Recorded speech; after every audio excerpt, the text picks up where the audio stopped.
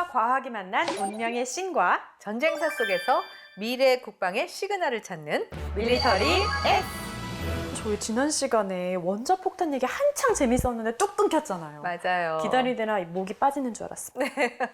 오늘 본격적으로 원자폭탄 두 번째 이야기를 한번 해볼 텐데 맨해튼 프로젝트 출범 후 3년이 지난 1945년 7월 16일 뉴멕시코 사막에서 드디어 진행되지 않습니까? 트리니티 실험. 인류 역사상 세계 최초의 핵 실험, 한 33m 높이의 철 기둥, 엄청나게 거대한 철탑을 세웠어요. 네. 그리고 여기에다가 플루토늄 폭탄, 가젯이라고 가칭을 붙였어요. 가젯을 그 안에 대롱대롱 매달아서 그렇게 폭탄 실험을 해보게 됩니다. 이게 실험용이라서 그런 걸까요? 전선이 엄청 얼기설기 막 얽혀 있어요. 네, 겉에다가 재래식 폭탄을 막 집어넣어요. 그럼 그거를 이제 터뜨리게 되면 안쪽으로 압력을 밀고 들어가는 거죠. 그럼 그 안에 들어가 있던 플루토늄 물질들이 어떻게 되겠어요? 터지죠. 네, 엄청나게 강하게 네네. 그 압축이 되는 거예요. 네네. 그래서 거기에서부터 연쇄 반응이 일으키게끔 만든 시험용 폭탄이 트리니티 시험에서 쓴 플루토늄 탄 시제라고 볼 수가 있어요. 그래서 이 45년 7월 16일 인류 역사상 최초의 핵폭발 실험 이게 일어나는 거죠.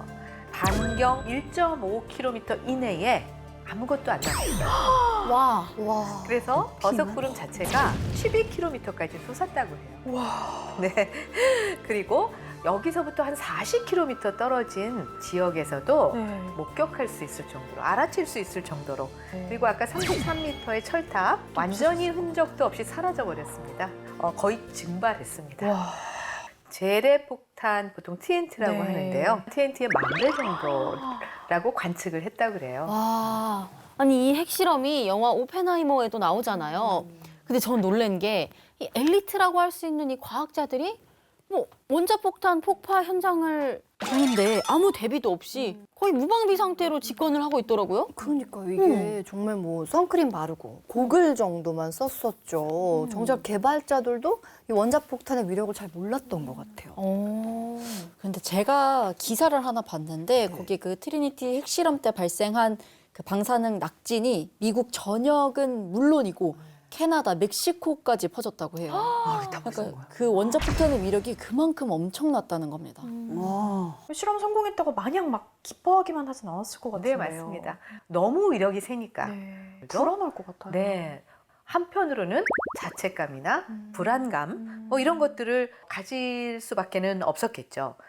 그런데 45년 7월 16일에 트리니티 실험이 지금은 네네. 시행됐잖아요. 네네네. 근데 이 시점이 참 묘한 시점이었어요. 왜요? 왜냐하면 4월 30날 히틀러가 자살을 하고요.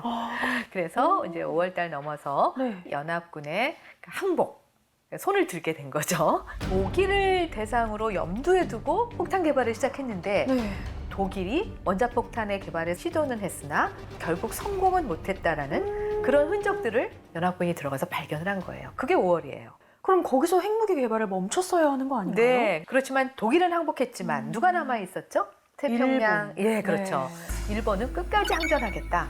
이런 의지를 굽히지 않고 엄청나게 많은 사상자가 매일매일 생기고 있었던 상황이에요. 네. 그래서 결국은 네. 두 발이 일본에 떨어지죠. 8월 6일 오전 8시 15분 조종사 폴 티베츠 중령의 어머니 이름을 딴 B-29 폭격기 에놀라 게이가 우라늄 폭탄 리틀보이 히로시마 상공 약 9,470m에서 투하를 하게 됩니다. 핵폭탄이 터지는 순간 네. 직경이 한 1.8km 그 지역 안에 엄청난 열폭풍이 불어서 완전히 초토화가 돼버립니다. 그러니까 이 뭐 아무것도 안 남아 있게 된다고 하고요. 태양의 온도가 한 4,000도에서 6,000도인데요. 중심부의 온도가 거의 4,000도 이상이 올라가는 그 정도가 된다고 그런다면 모든 것들이 액체를 거치지 않고 기체로 기화가 돼버립니다. 그러니까 수증기로 날아가 버리는 거예요. 상상만 해도 너무 끔찍하고 무서운데 이름이 리틀보이라서 그게 더 무서운 것 같아요. 역설적이죠. 세상에. 그러니까요. 제가 그 폭심지 260m 안에 앉아있던 그 사람의 흔적을 찍은 사진을 본 적이 있거든요. 흔적만 남아있는 거예요. 검은 흔적만 남아있고 아무것도 없더라고요. 그래서 그렇게 투하 직후 약 7만 명이 그 자리에서 즉사를 했고 또 다른 7만 명이 1년 이내에 사망했다고 합니다. 한 발만 떨어뜨리면 되는 거 아닌가요? 왜 또 쐈을까요? 근데 이제 일본도 참 엄청난 나라예요. 이런 피해를 입었음에도 불구하고 우리는 끝까지 결사항전하겠다. 이런 의지를 이제 히로시마 떨어지고 나서도 보였다 그래요. 네네. 그러다 보니까 결국 또 한 발을 쏴야 되지 않느냐. 뭐 이런 그 결정을 그 최고위 그 통수권자와 또 군부가 내릴 수밖에 없어서 네네. 결국 사흘 뒤에 8월 9일이 되겠죠. 나가사키에 플루토늄 팬맨이 투하가 됩니다. 팬맨이 투하된 이후에 나가사키 전체 시 면적의 40% 이상이 파괴가 됐고 현장에서 4만 명이 사망했다고 들었어요. 그리고 와. 그 부상자 3만 명도 1년 이후에는 다 사망했다고 들었거든요. 맞습니다. 원자폭탄에 의해서 무고하게 네. 희생을 당한 사람이 사실 일본 국민만은 아니었겠죠. 누가 있을까요? 설마. 네, 당시에 우리도 일본의 식민지 시절을 보냈었잖아요. 네. 그러다 보니까 중국에 이어서 우리나라도 세 번째로 희생자가 많이 나온 국가로 알려져 있어요.